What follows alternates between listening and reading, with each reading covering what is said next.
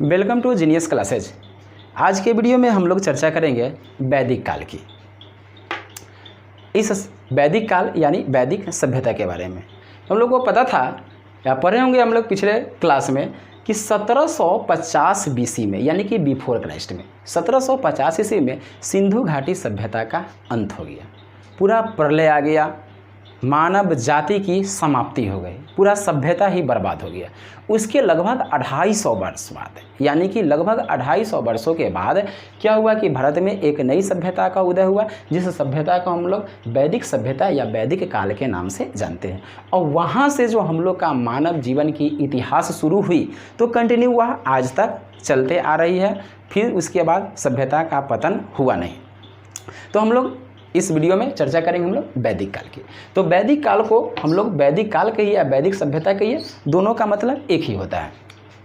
वैदिक काल को हम लोग करते क्या है कि दो भाग में बांटते हैं। ध्यान से देखिएगा, समझते जाइएगा, क्योंकि कंसस होकर के कंस्टेंट होकर के देखिएगा तो सारा का सारा टॉपिक जितनी भी इसमें पॉइंटेड है सारा का सारा यही याद हो जाएगा।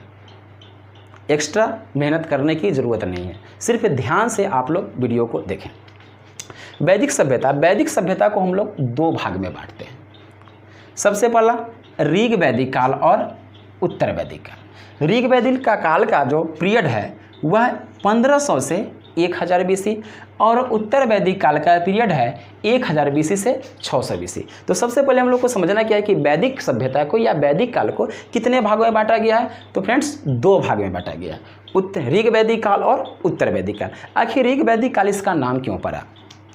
तो चूंकि ऋग वैदिक काल नाम इसका इसलिए पड़ा क्योंकि इस काल में ऋग वेद की रचना हुई थी। इस काल में ऋग वेद की रचना हुई थी, जिस वजह से इसका नाम क्या पड़ा, ऋग वैदिक काल। और सामवेद, यजुर्वेद और अथर्ववेद, यह तीनों वेद की रचना उत्तर वैदिक काल में हुई थी।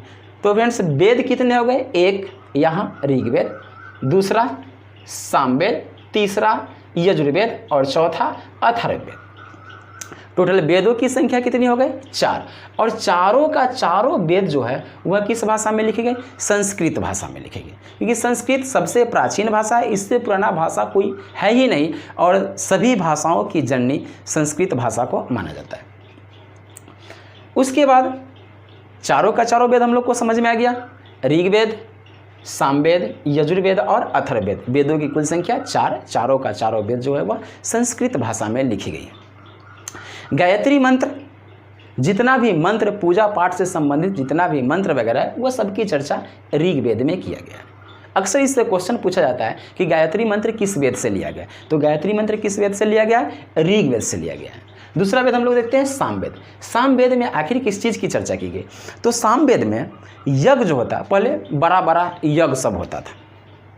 अश्वमेघ यज्ञ का नाम सुने होंगे, उसके बाद वाजपेयी यज्ञ का नाम सुने होंगे और उसके बाद राजसूय यज्ञ का नाम सुनेंगे। तब बड़ा बड़ा यज्ञ होता था। और यज्ञ के, अश्वमेघ यज्ञ के बारे में तो लगभग सब रामायण में भी देखा, एकदम पूरी सटीक तरह से बताया गया। अश्वमेघ यज्ञ में होता क्या था कि एक बहुत विशाल यज्ञ किया जाता था और यज्ञ के समाप्ति के बाद एक घोड़ा को छोड़ दिया जाता था। घोड़ा क्या किया जाता था? छोड़ दिया जाता था। और वो घोड़ा जो था जिसके राजा के जिस राजा के क्षेत्र में गया, उस राजाओं ने उस घोड़ा को नहीं पकड़ा तो जिस राजा ने घोड़ा को छोड़ा था वह समझ लेता था कि यह हमसे डर गया है, इसका क्षेत्र मेरा हो गया।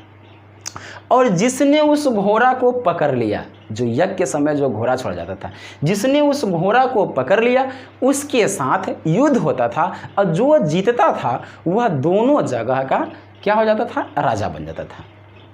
तो उस यज्ञ की समाप्ति के बाद जो एक तरह से आरती होती है, भगवान की स्तुति होती है, प्रार्थना होती है, तो उस सारे स्तुति सारे आरती का वर्णन किस वेद में किया गया? सामवेद में। तो याद रखिएगा, सामवेद में किस चीज़ की चर्चा की गई है? तो सामवेद में यज्ञ के समाप्ति के बाद या यज्ञ के समय गाए जाने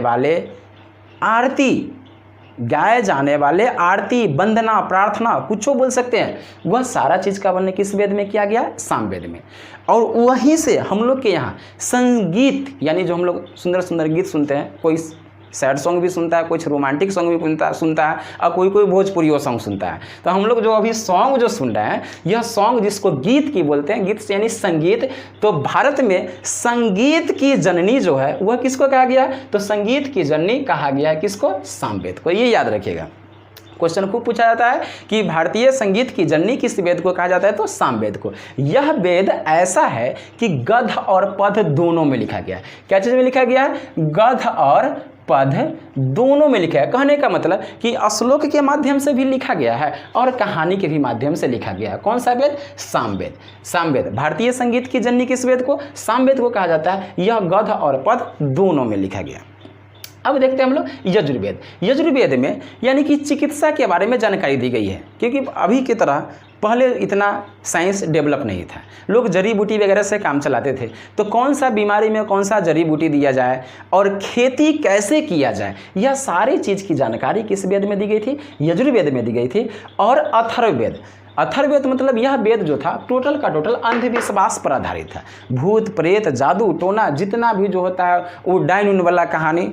अब हम लोग गांव घर में भी देखते हैं, पेट दुखाता है तो चले जाता है भगत जी के हैं, वो चारों पढ़ के देते हैं। अब ठीक होता है कि ना होता, वो तो झराने वाले जाने। तो यह सब एक तरह से अंधविश्वास है। तो यह सारा चीज़ का चर्चा किस वेद में किया गया है? अथर्ववेद में। तो चारों वेद समझ में आ गई होगी। अब देखिए, इस समय जो था यानी कि पूर्व वैदिक काल में हम लोग का समाज जो था वह 3 वर्ग में बटा था: योद्धा, पुरोहित और साधारण। कितने वर्ग? योद्धा, पुरोहित और साधारण। यानी कि जो सरदार वर्ग होते थे, यानी कि जो प्रजा के ऊपर शासन करते थे, वैसे वर्गों को योद्धा कहा गया। और जो ब्राह्मण होते थे उनको कहा गया पुरोहित। क्या कहा गया? पुरोहित। अब देखो, पुरोहित, पुरोहित 2 शब्द से मिलकर के बना है। पुरोहित, पुर का मतलब होता है क्या कि जजमान, अहित का मतलब भलाई। तो वैसा व्यक्ति जो अपने जजमान का क्या चाहे? भला चाहे, उसको कहा गया क्या? पुरोहित। अब बताइए, अभी का एको पंडित तो ऐसा है, इच्छा से अगर 1000 दे दिया तो कहा कि न जजमान इतना में काम न चलते, 500 और बढ़ा भी दे। यानी कि अभी जजमान का हित हो चाहे न हो, पंडित का हित हो जाना चाहिए। बस अभी का ब्राह्मण का यही सिस्टम है, जितना मिल सके जजमान को कंगाल बना के लूट उठ के बांध के निकल चलो। तो वही सभी का पंडित सब हो गया है। और साधारण वर्ग, साधारण वर्ग का मतलब जो प्रजा होते थे उसको साधारण वर्ग की श्रेणी में रखा जाता था।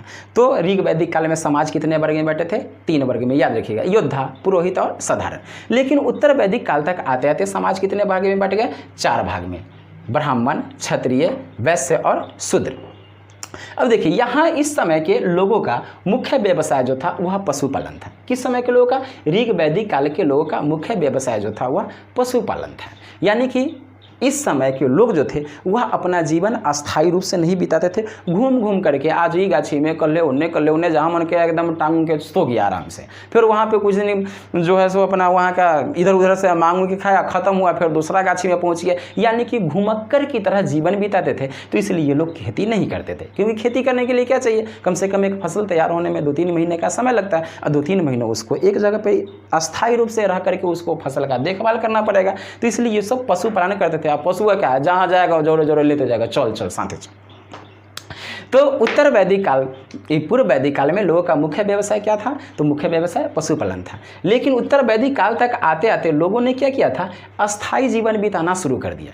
लोगों ने क्या किया? अस्थायी जीवन बिताना शुरू कर दिया और लोगों ने अपना व्यवसाय को बदल लिया। पहले लोग क्या करते थे?